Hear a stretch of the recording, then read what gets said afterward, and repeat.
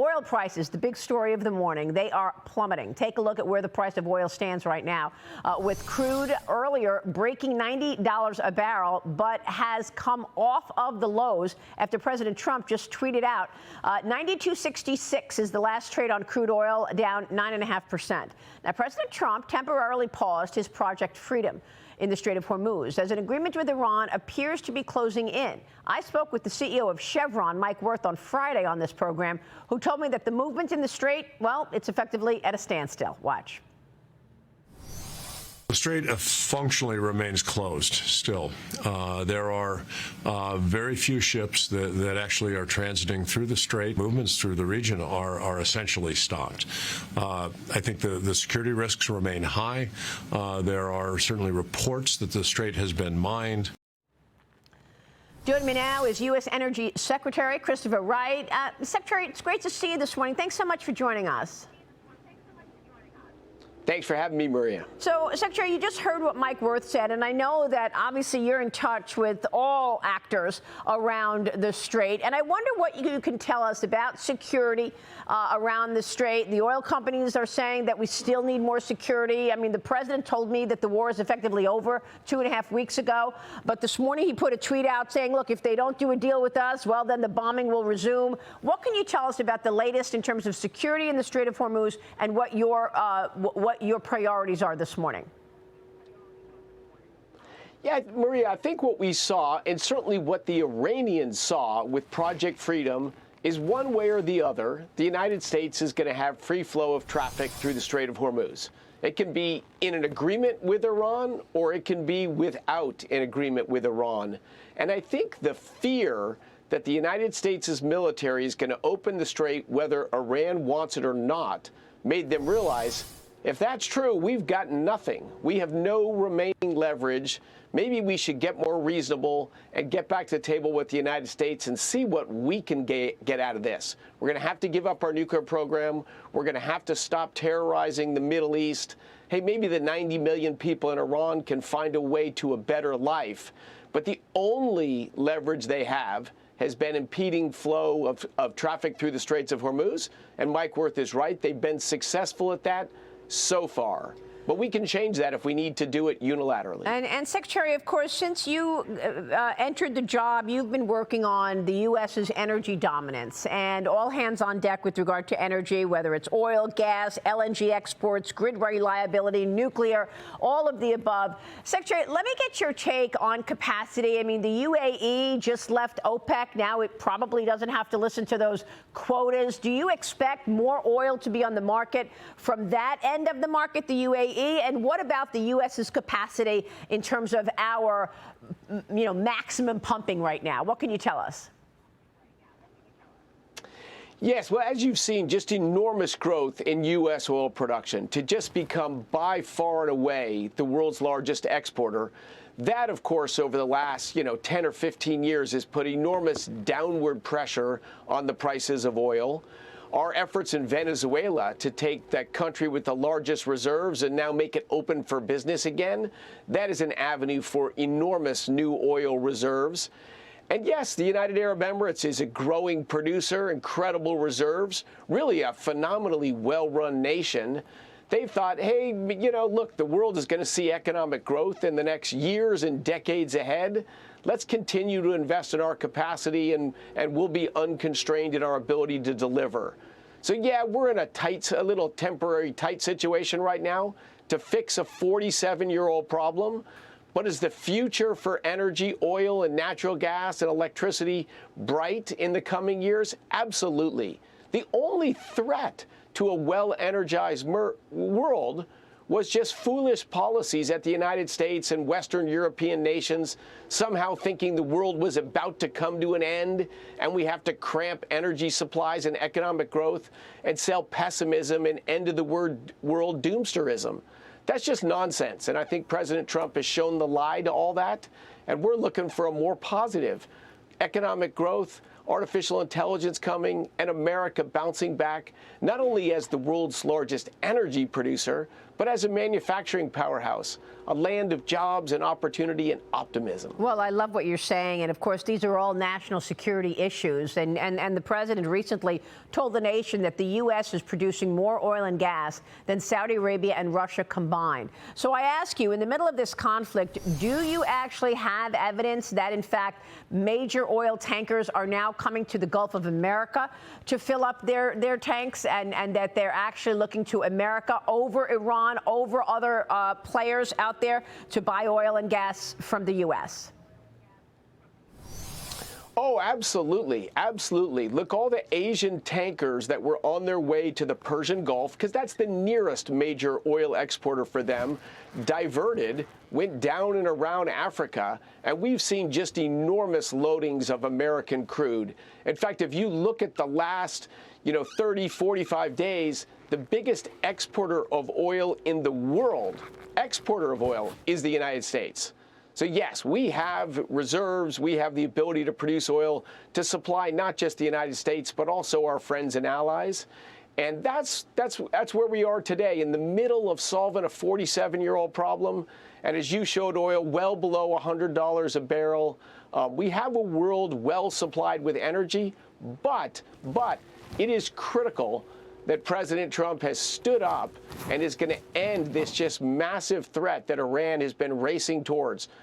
A missile-endowed, nuclear-armed Iran is just an assurance of threats to energy supply as far as the eye can see. So God bless President Trump's courage and the amazing American military to say that's not going to happen. We're not going to see a nuclear-armed Iran. We hold the cards. We hold the leverage. That's where this ends. Iran, you get to choose the path from here to there, but no more nuclear weapons program in Iran, and free flow of goods through the Strait of Hormuz. Both of those are coming. So, I mean, what is the timing on this, Secretary? Because, it's interesting. We started this morning with a huge rally in stock, 600 points earlier, and the price of oil was down sharply. At its best, it was down like 14% or 13%. And then the president put out this post a few minutes ago. It says, assuming Iran agrees to give what has been agreed to, which is perhaps a big assumption.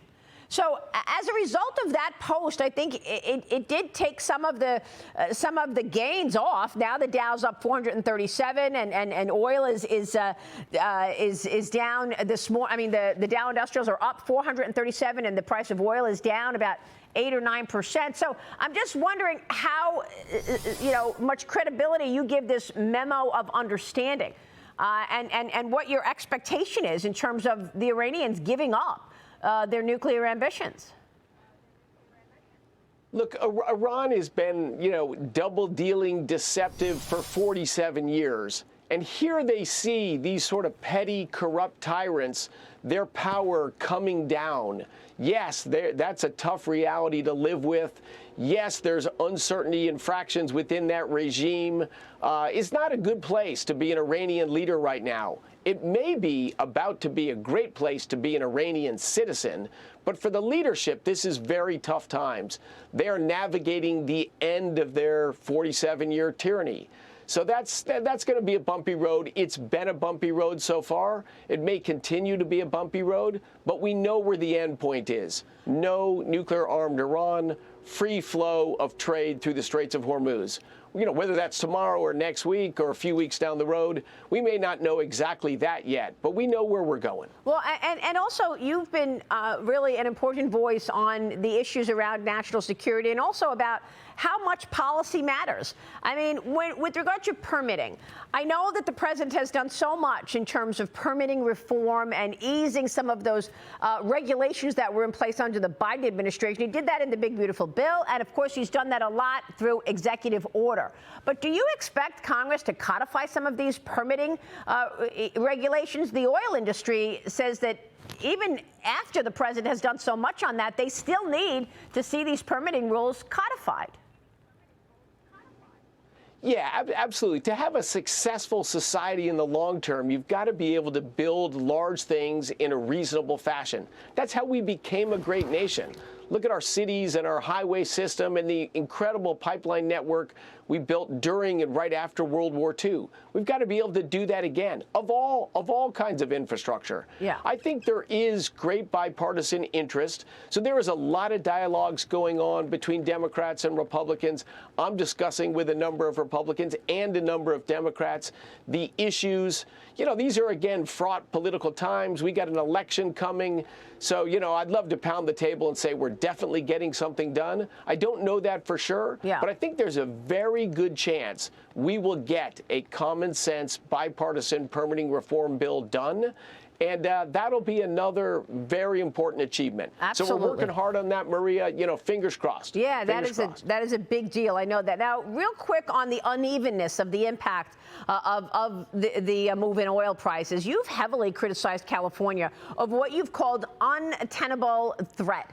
After the state saw an oil tanker from the Middle East dock on its shores, gas prices there surging to $6 a barrel, $6.16 this morning. And Secretary, I know Dan Yergin has been on the show telling us that of all the states in America, California is impacted the most because of the way that they have dealt with policy, you know, ensuring that, you know, you have no oil drilling anywhere near California, and they've relied on the Middle East for oil and gas. Yeah, California has simply done everything wrong in energy policy. You know, they destroyed their electricity grid. 3 other states produce more electricity than California, but California wins in the most expensive of all. They used to produce 40% of U.S. oil. Now they produce 2%. Yes, the majority of their oil is imported from overseas on oil tankers to come into refineries in California that are struggling to remain open as 2 major ones close this year. They've done everything possible to make themselves more fragile to external shocks, to make energy more expensive, to drive the highest adjusted poverty rate of any nation in the state, net out migration of the population, of businesses. You know, and then I see Gavin Newsom around bragging about his policies. Like, where are those Americans that want expensive energy, that want dependence on foreign nations instead of their own state, or at least neighboring states in our own nation? All of those are within reach of Californians, and if some common sense eventually gets into political leadership out there, California could have a golden age again, too. Yeah, that's incredible. Now, I also heard from Mike Wirth that they are taking some money out of the Permian Basin, Secretary, and finding other opportunities across the world. What is your sense in terms of the capacity, where it comes from in the United States? Are you still looking at something like the Permian Basin as the most important? I know there are a lot, or I know you spent a lot of time in Alaska. Tell us what the plans are for the U.S. Yeah, so look, our biggest oil accumulation and by far our biggest production right now is the Permian Basin. It will be so for decades to come. So that's an awesome basin, but it's almost been too successful for its own good. So right now it is pipeline constrained about moving more energy out of there. But there are major pipelines under construction. 2 will come on late this year. But there's such exciting opportunities in the Gulf of America. We're going to see massive new discoveries and growth there. And you mentioned Alaska as well.